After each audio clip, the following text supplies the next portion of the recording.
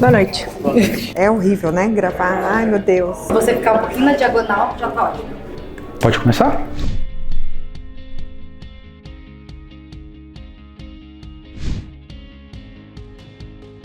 A primeira lógica dentro dessa jornada do cliente é você olhar para dentro de casa, né? Então, olhando para dentro de casa e vendo todas as vertentes que existem dentro da onde você está, processos educacionais que podem variar de acordo com o tipo de cliente, lógica de venda, quantidade de produto está na mão do distribuidor ou é venda direta.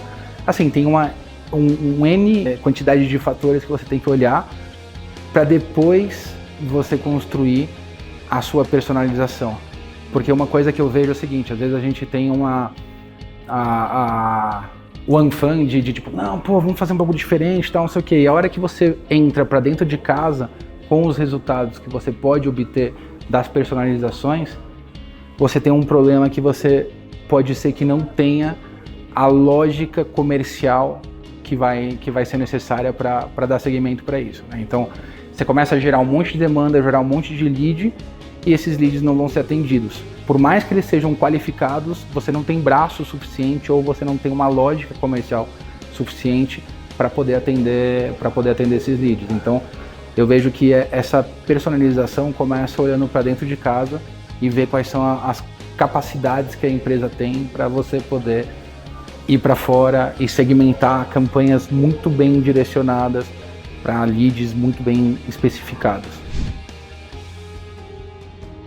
Eu vejo que a utilização da IA e a Medtronic em si, ela tem um GPT específico da Medtronic e eu vejo que ela auxilia muito a lógica do pensar portfólio, pensar o produto, pensar algumas segmentações. A gente vê que, né, cada vez mais a gente tem menos braços e a demanda segue a mesma ou aumenta.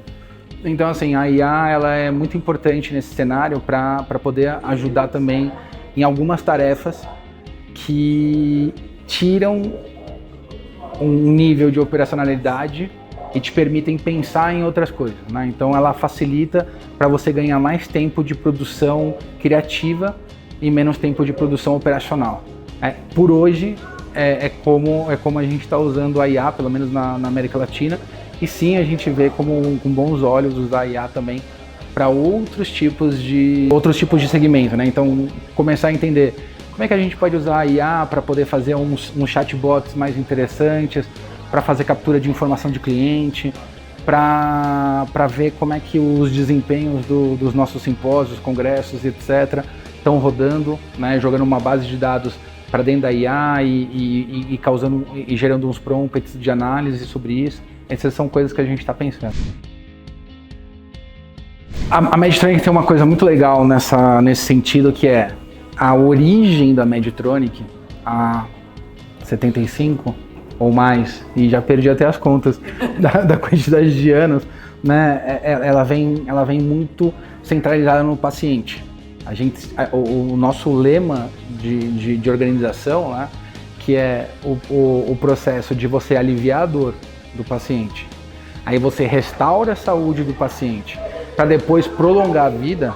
Essa é o lema que vem da Medtronic desde quando ela era uma garagem com o Earl Bacon lá nos primórdios, né? Então a nossa lógica de colocar o paciente em primeiro lugar, ela está muito ligada às nossas ações, não só por implementar novas tecnologias e dar acesso a essas tecnologias aos pacientes, também como entender que as nossas terapias, os nossos processos educacionais e etc., eles refletem lá na ponta, porque são profissionais mais bem treinados, uma tecnologia de ponta sendo aplicada, uma lógica, por exemplo, uma coisa, né?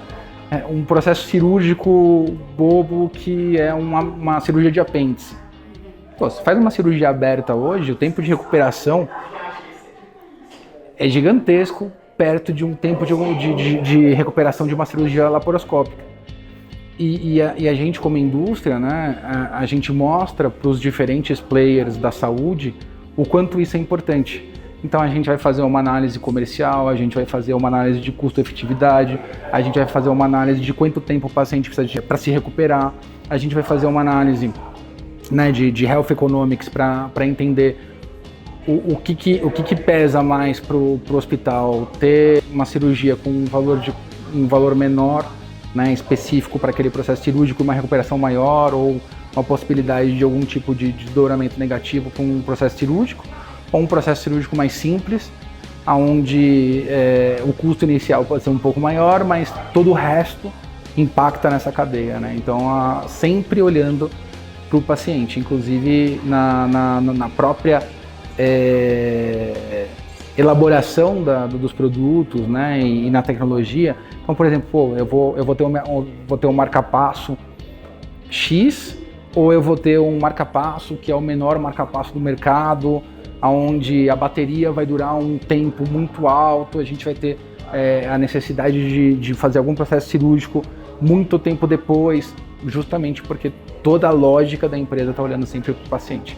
Isso é fundamental na Medtronic.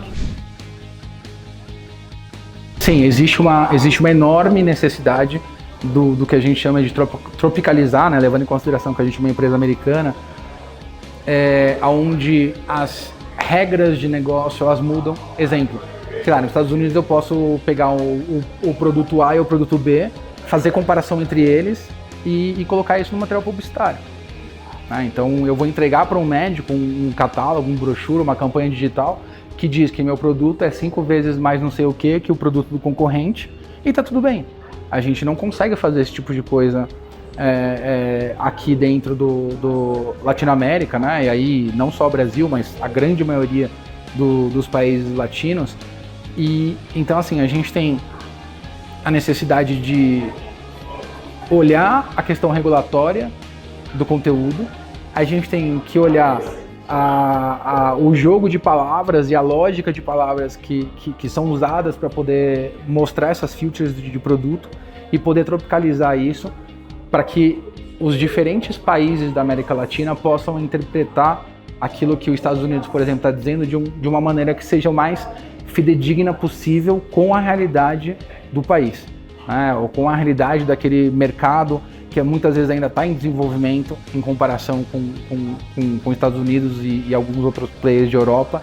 Então, assim, a necessidade de tropicalização do conteúdo, dos materiais, da campanha, das lógicas de campanha, da qualificação dos leads, de como as equipes, aí também é uma outra coisa muito, né, o tamanho das equipes, né? A gente tem muito essa questão, né, de você ter uma equipe razoavelmente grande em outros lugares do mundo, e a hora que você vem pro Brasil, a lógica muda, a lógica operacional muda. Então, aquela campanha de, sei lá, um account-based marketing super focado dentro de uma região específica, que está gerando uma quantidade de leads consideráveis, etc., a gente não vai ter a mesma capilaridade aqui, porque a gente não tem esse volume de equipe. E muitas vezes a gente não tem o volume de investimento. Então, tropicalizar e entender quais são os pormenores de cada um dos países da América Latina que a gente atende faz toda a diferença para a gente poder ter mais sucesso e ganhar mais mercado.